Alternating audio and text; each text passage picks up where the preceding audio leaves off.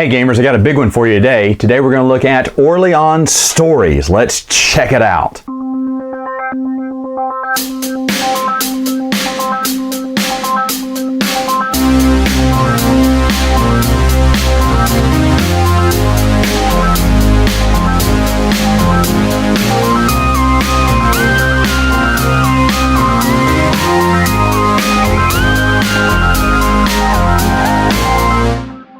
Alright, so hang in with me on this one because this is a lot to explain. There's two types of games in here. The first game I'm going to talk about is The King's Favor. This game comes with each one of these handbooks for each player in the game. There is also a big handbook here that you can also use. Basically talks about some of the general rules and some of the setup. Now you're going to get pieces for the game. The game comes with a lot of cardboard bits for people, for supplies. Each person's going to have, and I had to create my own bag here, but their own player of their color, some fortresses, some X's, some cubes, some decrees, some buildings here of their own color. I'll explain all this in a minute. You're also going to get 3 stacks of the buildings. These go for both games that are in stories here, 1, 2, and 3. There is a first player token right here that you may or may not use. You may want to use it. Of course, they have the plastic coin. If you have the metal coin, you can use the metal coin for the game. Also comes with a lot of cardboard here. So in the first game, this is The King's Favor. I've set it up. What you're going to do is, first off, you're always going to have this board out. This is going to be the board for supplies, and you're going to put your farmer tokens. The only thing different is, instead of merchants, these are fishermen now, but you're going to put all your tokens out here. Remember the upgrade wheels there. You're going to put your little pieces of supplies here, and I don't know why I have bread here. This should be wood right here, but anyway, there's fish, wheat, wood, cheese, wine, bread. I believe this is wool, and that's fabric. And there's many tokens for each one of these, and you're just going to put them in their designated area.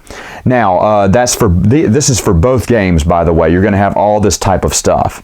You're also going to have this big board. You're going to take these tiles. They all look like this, shuffle down, so just shuffle them all down, spread them all around into these spaces here, and then what we do is we just flip them over. Now, if this is for 4 players, if it was for 3 or 2 players, of course you would put less of these out there. This is not a score tracker. That is very important to say, because a lot of times you will get it confused. You will think, man, that looks like a score tracker. Looks like I should be keeping score there, but you are not keeping score here. This is just a I don't know, moving around the board tracker. It's not really victory points. You're going to hear me say victory points a lot, but there is no such thing as victory points in this game. Kind of aggravating too, because you forget that a lot. What you're going to do for The King's Favor, you're going to take these tokens, shuffle them, and place them over these areas, these beige areas here, because that's for another game. And then you're going to flip them all over. And this adds a little bit more variety in the game. It'll switch up the game a little bit as you're going around the track on each one here. The only things that should always be the same is the castle should always go right here, and the knight with the 2 tents, if you see that guy there, should always go up there. And each player is going to take their, bag of people, their little meeples, their little fortresses. I'll get to what these are in a minute. They're going to get a stack of buildings here. They're not going to have any to begin with.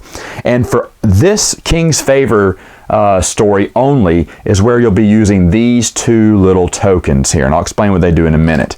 Now, of course, each player is going to get a little player board here of their color, and let me just go over what this board does.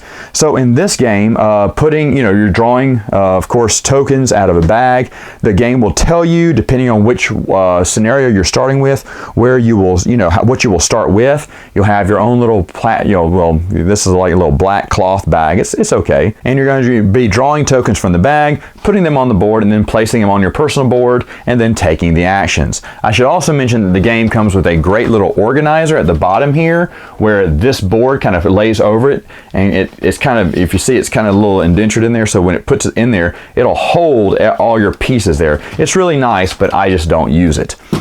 All right, so what are these spaces that and what can you do in them? Well, first off, these are the portals. These portals can be put on the board just like it was in the old game, and where you're going on this board is to these different areas. Now, this is a big space hog here, table hog, but you'll put all these little ones out, and you'll do it on the A side here, and they can give you certain actions. So every time you place either one of these goods or one of these people here, or you play, just one each, you would get 5 coins per person you put out there. Here, you would get 3 movement points. They're not victory points. They're just movement points around the track. Remember, there are no victory points. This is not a victory point board. This one gives you 3 coins or 2 movement points on the board and lets you draw another token from your bag. This one lets you switch any other good for one other good of any good in the market that you want to, but you only do it once.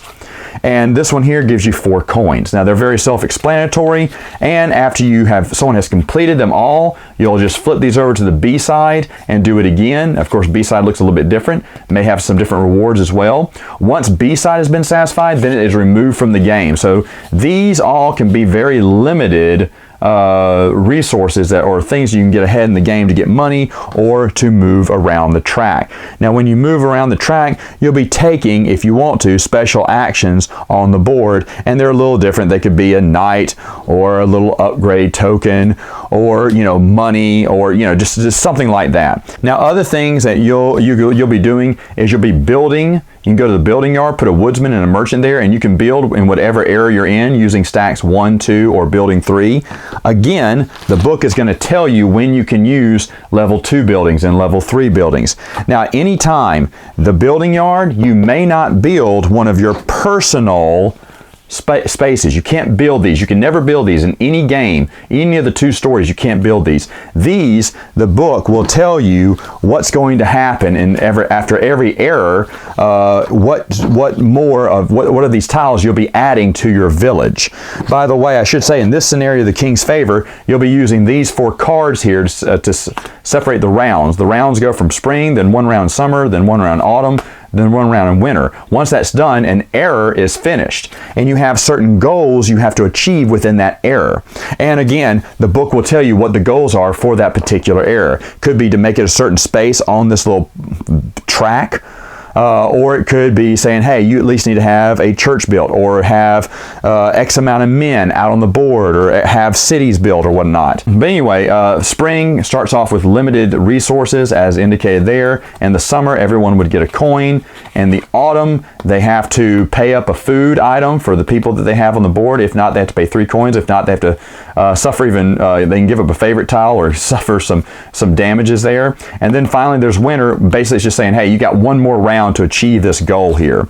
So you only got 4 turns in a round to achieve certain goals that are in the book for each era to advance. Now, if ever you are not able to get those goals in time, you can cash in on one of your 2 little King's Favor tokens and therefore stay in the game. Now, there are 5 errors and you only got 2 of these. So after you've used 2, if you still can't make it, let's say I use these for the first 2 errors and the 3rd error I still couldn't complete my goal, well, then I'm out of the game.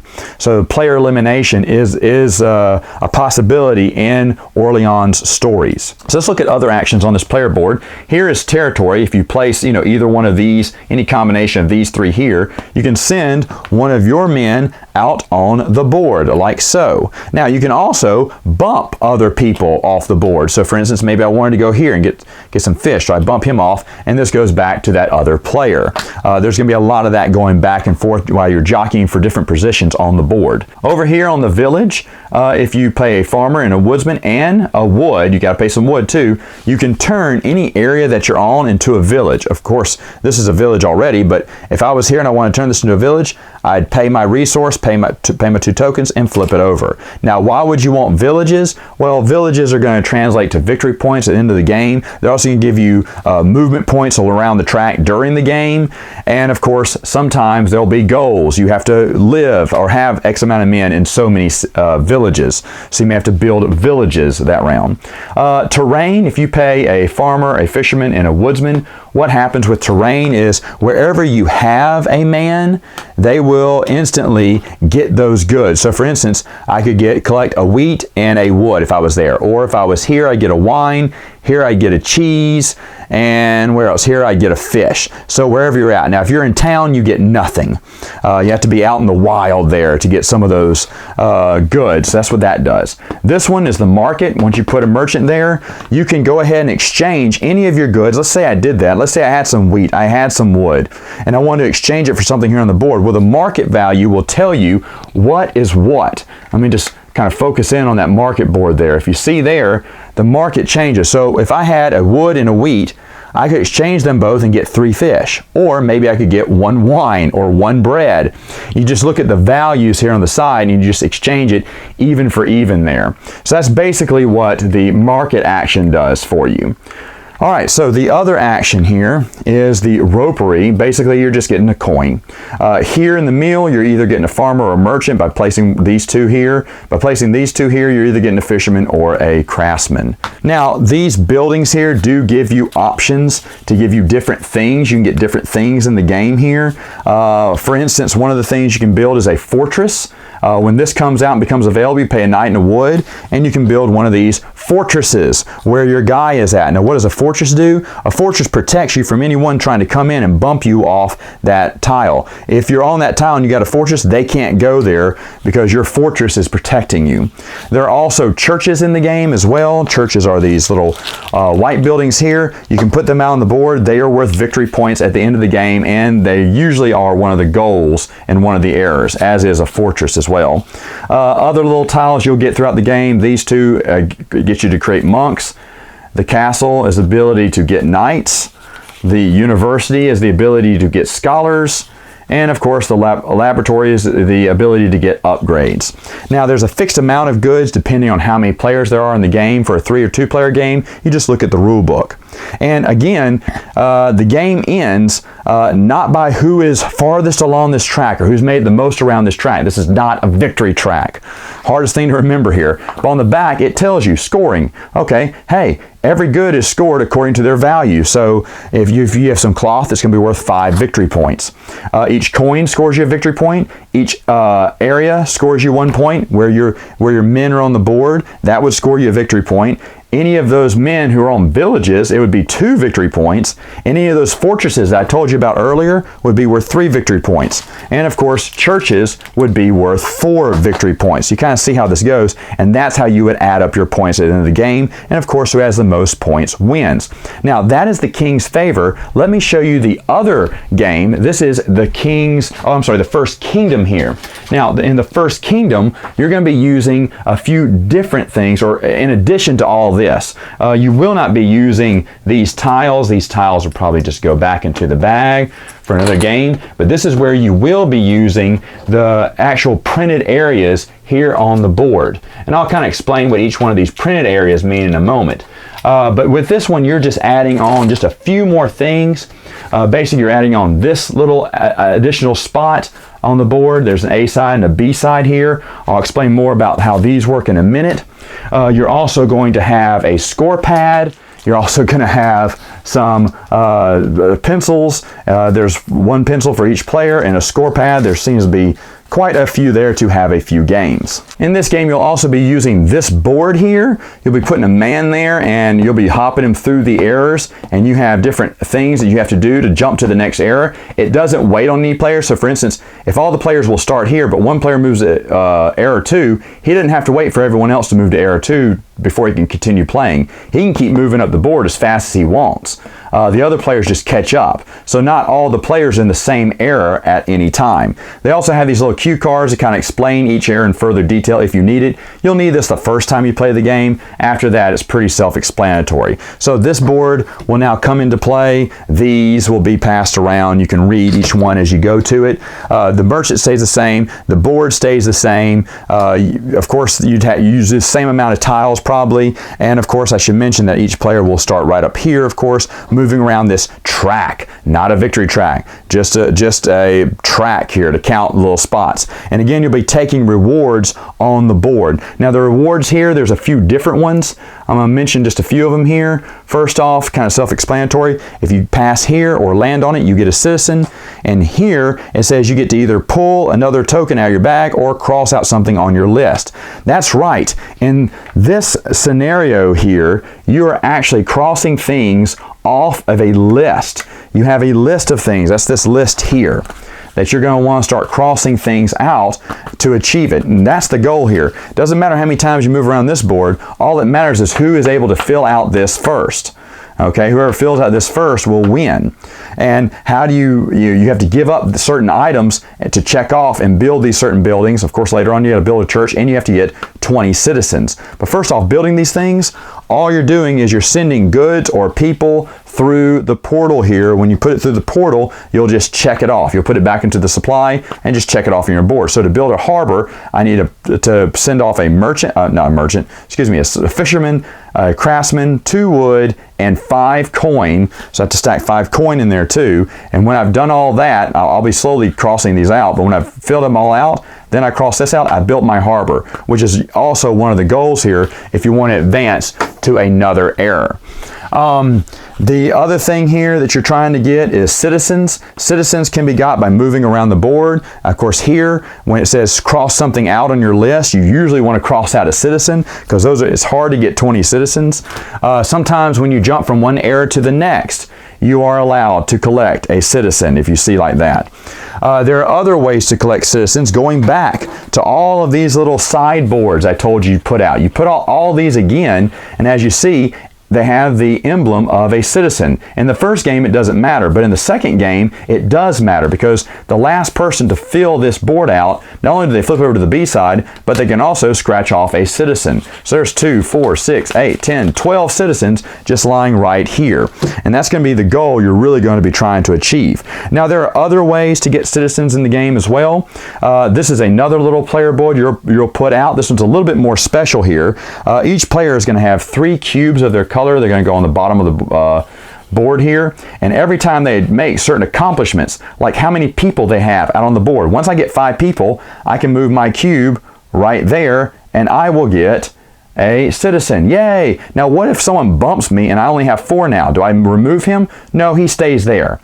I just don't get it again. So if I went down to 4, then go back up to 5, I don't get to take that one again. Only when I make it to 7, I can move it up. So you can always move up, but you don't move down, is what I'm saying. The next one is how many villages you make. So again, that's flipping over these, turning them into villages, how many villages you control. From 4, 6, 7, 8, 9, you can also get extra citizens. This one here is churches. However many churches you possess, you will get citizens. Now the good thing about this game though is that at the end, when someone makes it to peace, if there is peace, then you can play on other people's areas and you won't get bumped and they can't bump you because you're at peace with them. So making it to the last era is actually really good because it helps you achieve certain goals and lets you spread your men further on the board to achieve some of these. So even though you may have built a few churches, now I can place my guys on those churches with you, and because I'm in the era of peace, I can do that and probably achieve a little bit higher standard, especially for villages too. Fortresses don't matter at this point. I can just place my guy there because we're at peace now. And that's another way to get some, last minute, and you'll get definitely 10 people on the board, but you can get some last minute citizens there to scratch them off your shopping list here. That's basically what it is, a shopping list. Now, one of the things about the First Kingdom I should mention is that each era they explain to you what tiles you're starting out with, what tiles you may get later on, how many people you can draw the bag. I mean, it just tells you everything, how many points you'll be getting for certain things, when buildings 1 or 2 or 3 are available. But another thing you'll be getting is these X's here. Each player will have 2 X's of their color. And in the game, depending on which area you're in, it's going to tell you, hey, put a prohibition tile on territory. All right, so I look at my board here and I have to put an X on territory. Now what does that mean? That means as long as I'm in this era number 5, I cannot take this action. So it stops you from taking certain actions on the board, which I think is kind of neat. It kind of hinders your play a little bit as you're trying to make all of these achievements and make the achievements here on the era to make it to the end. Now in this game, of course, like I said, the first person to check off all the things on their little a wish list wins the game. And those are the 2 stories for Orleans. Final thoughts, what do I think about the game? Well, this is a pretty thick box too, by the way. I never knew it was this big. Folks, if you don't know, Orleans is one of my top 10 games of all time. I love Orleans. And when I heard about Orleans stories, I was like, oh yeah, sign me up, because I'm a huge Orleans fan. Got this game late last year, came in over the holidays, we played the heck out of it. And I can't recommend it. Cannot recommend it. It's not really that good. I'll tell you why. First off, it feels like this is just a cash grab. I hate to say that, but that's what it feels like. A lot of the pieces you could have used, I mean, there's a few extra resources that you don't have in the base game, and they give you everything you need for this game. That's really nice, but to be honest, you didn't think we were going to, if we didn't buy Orleans, we're not going to buy Orleans Stories. So anyone that bought Orleans Stories would already have Orleans. Just give us the extra stuff that we, don't have, and add that into the game. It would have cut the price down dramatically on this and made it probably worth a little bit more worthwhile. But they made the game to where you don't have to have Orleans to play this game. Yeah, but wouldn't they already have it? I mean, when you're calling it Orleans Stories, you're putting the label on it. This is now, a brand here you're trying to expand. I don't really understand that. To me, it felt like a cash grab. The second reason I don't like it is player elimination. As I told you in that first round, you can get eliminated. In fact, we didn't have it happen in any of our games. We almost had it happen. Once or twice, there was someone who could have made a move that would have saved him. He just didn't realize it. And we let him go ahead, because he'd run out of King's Favor tokens, we let him go ahead and do it so he could stay in the game. Because no one wants to be eliminated and sit there for like 2 or 3 more rounds and just do nothing. So player elimination for Orleans, are you kidding me? Are you kidding me? No, that's terrible, terrible idea. And the third one, and this is the worst grievance about it, it has the problem that I have with Dominion, the card game. There is one quick path to victory, and everyone knows it. Certain buildings of 1, 2, and 3 are super powerful. If you can get any of a small combination of those, you are guaranteed not only to win, but to blow everyone out of the water. In fact, there was one game we stopped. We didn't even play the last round because someone, when we calculated it up, had over 200 points, and we were all in the 50s or 60s. And there was just no way we knew we were going to catch up, so we just ended it early. And of course, that was the strategy that now everyone uses. We all try to go for those same buildings, get that same combo, so we can get all that, all those points. So it's broken in a way. It's not really a broken game. It's just that there's one strategy you can use to always win. That's in the second scenario I mentioned too. So both ones, one with player elimination, which makes that story no good. The other one has an easy path to victory. If someone's smart, I can already tell you what my nephew's first 3 moves are going to be in the game. Every time. Because he wants that combo. And guess what? Whoever goes first, they're going to win. Whoever goes first knows what combo to use to win. And now that we all know that combo, now we have to flip for first. And usually, and no, always, first place wins. Every game we have played in that second story there, first place always wins, because now we know the route to victory. So yeah, I guess it is broken in a way. So to me, no, sorry, no good. I hate that, because I love Orleans, but I cannot recommend this game, and I don't recommend you get it either. All right, folks, that's all the time I have for now. Until next time, game on. Just not with Orleans Stories.